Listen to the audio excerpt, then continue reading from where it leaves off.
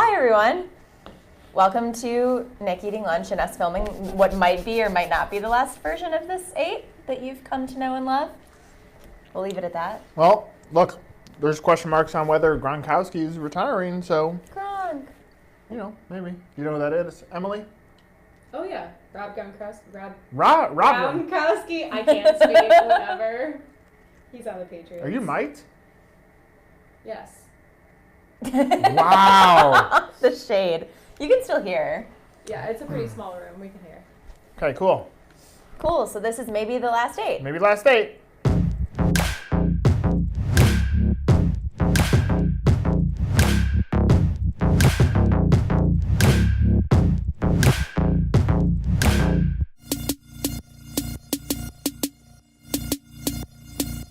Welcome back. Aren't you going to miss these fantastic, franchising? I forgot that we even filmed this thing. I've been gone so long. I know. You haven't been here in a hot minute. No. Why is that, Cassie? Because you travel all the time to see clients. It's a good thing. I'm getting prepped for the launch Yeah. of Sticks and Stones. Book tour coming your way. Coming up. All right. All right, let's do this. Fantastic. Fantastic. So, I feel like not much has changed. We're talking about our favorite pizza chain to talk about, Papa John's. Papa John's. Someone asked me the other day in this office, they were like, what happened with Papa John's? I was like, let me fill you in. See how excited I am to talk about this? You don't care. I want to talk to you in my lunch. They secured a $200 million strategic investment from an activist hedge fund, so they're trying to turn it around. It's the same I saw that. yeah, parent company that they had taken control of Olive Garden, so they have experience with this kind of thing in the past. We'll see if it works. It depends on whether or not Papa's going to keep his mouth shut, Prod, so we'll see. I still think it's a good investment. At some point, that brand was hot, and it wasn't because of Papa John.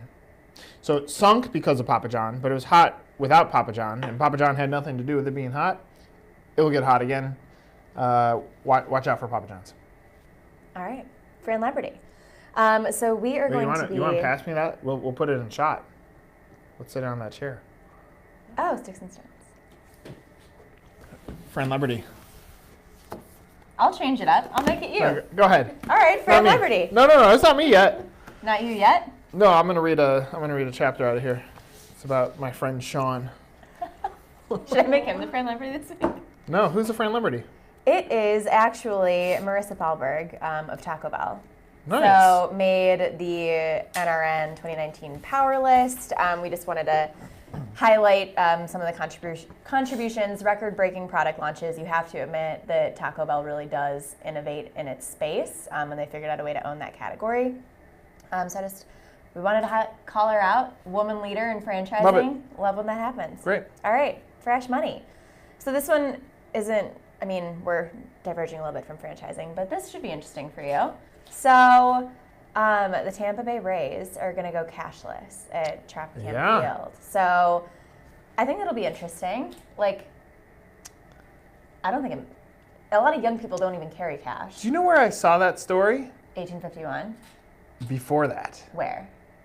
It might have been him that booked it. Our old friend, Chad Cohen. Oh, hi, Chad. I think he may have placed that article. Chad, if I'm wrong, sorry, but I think that might be one of your clients. So, Chad, I hope you're well. Everything's gonna go cashless. I was telling Cassie about this earlier. My Mac broke. Left my wallet at home. I was dropping it off at the Mac store, or the Apple store, not Mac store. Yeah. One and the same. And I left my wallet. I was like, damn it. And then I paid with Apple Pay. That's awesome. I didn't even need a credit card. It is awesome, but I'm on the other side of that equation with Apple Pay because I lose my phone far too often, or I've had it stolen. You guys still see your face.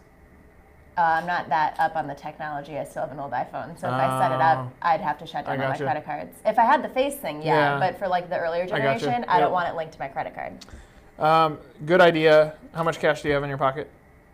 Well, zero. I never carry cash in my pocket. I think in my wallet I have $5. So I think it's a good move. We're moving that way. There's more safety. Yep. Finally, it's given purpose. The reason you have to now stick your credit card versus swipe. So, Yeah. good move. I like it. Brand. I like this one. I say this every week. I'm like, I like this one, but this one I do really like. Okay, Not what that did I I'm write lying. about? How relationships in business are a two-way street, and kind of how when you started, you went into it thinking that clients and Yeah. friends, it's kind of a fine line. It is possible, but at the end of the day, it's business. Oh, the timing of that's weird too. Every column that you write, the timing of it is brilliant. I don't know how you do it. You predict the future. It's written in advance. Yeah, It is. it's an interesting topic, and I think I said this to a friend this morning. I said I think with business relationships, it's got to be transactional first and then personal second. And I'm not going to say that I was wrong in putting personal first, but I realized that there's a transactional component to some relationships that can get blurred by the first part. Mm-hmm. So it's like, no, don't always go above and beyond. Always go above and beyond on the service side, but don't give things away, especially on the vendor side, because at the end of the day, it's not going to save the account. Yeah. What's going to save the account is doing great work, them having the budget to afford it. So I enjoyed writing that, and the timeliness of that is good. Yeah. All right. Branching forward. So KFC, our old friends, they're continuing to do, they always have like their stunts that they roll out. So they're doing a contest on Reddit for Valentine's Day. So you can enter into like one of 3 contests, and essentially it's like a storytelling challenge, Photoshop battle, or a drawing thing. And then you can it's to go together with Reddit. I'm really good at saying words today. But essentially if you win, you're going to receive a bearskin rug in the likeness of Colonel Sanders, which is super creepy. But I mean, that's kind of funny. And it's smart. Look, at the end of the day, I've had this conversation a few times recently. Brands forgot that it's called social media. I thought it was called media. It's not called media. It's called social media. So if you can create a social component to the way that you communicate on behalf as a brand, then all of a sudden people will connect with that and they'll have conversation. And if you can turn your brand into a conversation, then you have a shot to build relationships. And you have relationships that's going to drive revenue. So while I think it's pretty corny what the Colonel is doing, I mean, it makes sense. It's smart, and bearskin rug in the likeness of the Colonel. That guy's turned over in his grave, but still. there's some dude living in his mother's basement that would be stoked to have that. Is it the real Colonel? Because that would be awesome. I don't know. I'm going to give a thumbs up to that one. All right. Brand funny. I don't have a joke, but we talked about this earlier in the week. Oh, what? Sorry. What kind of car did the cat drive? I don't know. A Cadillac. Ah, That's an Emily joke. That's my go-to. I It's an like Emily it. special. I like it. I was going to bring it back to Super Bowl ads. What do you think won your Fran Funny? I think the NFL won it. Oh, yeah, that was good. But now Burger King, people are like, is that a good idea to put Andy Warhol in there? I thought that was just creepy and weird. I thought it was awesome. Really? Yeah, it's art. I didn't get it. He likes ketchup on his Whopper. What I didn't understand is why did he open up the top, pour ketchup on there, and then close the top and then dip it? He really likes ketchup. He didn't put any ketchup Emily's on the like, burger. hit me. All right. All right. Tell us on Facebook what you think you're. Yeah, be social with us. I all know. 3 of you. Sean.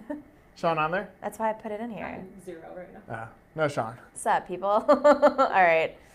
For inspirations, this comes from Carrie Luxem, our friend. So this is on her thoughts on how to become an employer of choice. She says, if you want to be a place that people really want to work, you need to create challenging but not difficult work. You need to keep it simple but not easy. You need to provide a clear path, give ongoing feedback, and really focus on coaching, mentoring, and training your people. Love it. I know. She's great. I could have been that too. I could have flipped to a random page. That's true. I feel like I'm banking on us not having this be the last episode of this thing, so we can make a Sticks and Stones version of the 8 before we go off the air. Or when we go to the new Or version. the new thing, yeah, that's true. Either way, it'll work. All right, frenemies versus friends. So bringing it back to some of the Super Bowl ads. So Bud Light decided to take aim at its competition. I think it was Coors Light and Miller Lite that they went after in their ads. And so they were calling out that they use syrup and Bud Light doesn't. So Miller Lite, I think, handled it beautifully. They tweeted back first right during the game being like, thanks for including us in our first Super Bowl ad in 20 years. That's brilliant. And then they took out a full page ad in the New York Times, detailing the controversy and basically explaining the difference between corn syrup and high fructose syrup. Smart. So brilliant. Love it. It's Miller time. It is Miller time. All right, here it goes. Fundamentals are critical to accomplishing your vision. They will help you lead to your big aha moment. See, that's like for That's inspiration. good. That is for inspiration. Sticks and Stones. Here it is, the promotion for Yes. all 6 of you that have watched to this point. You can pre-order it on Amazon. Inc. Magazine is the publisher. Look for a full-page ad in Inc. Magazine. 2 months? It's going to be pretty big. This comes out a month from now. Less than a month, right? Oh, my God. Isn't that crazy? 4 years in the making. This is Nate. Bye. See ya.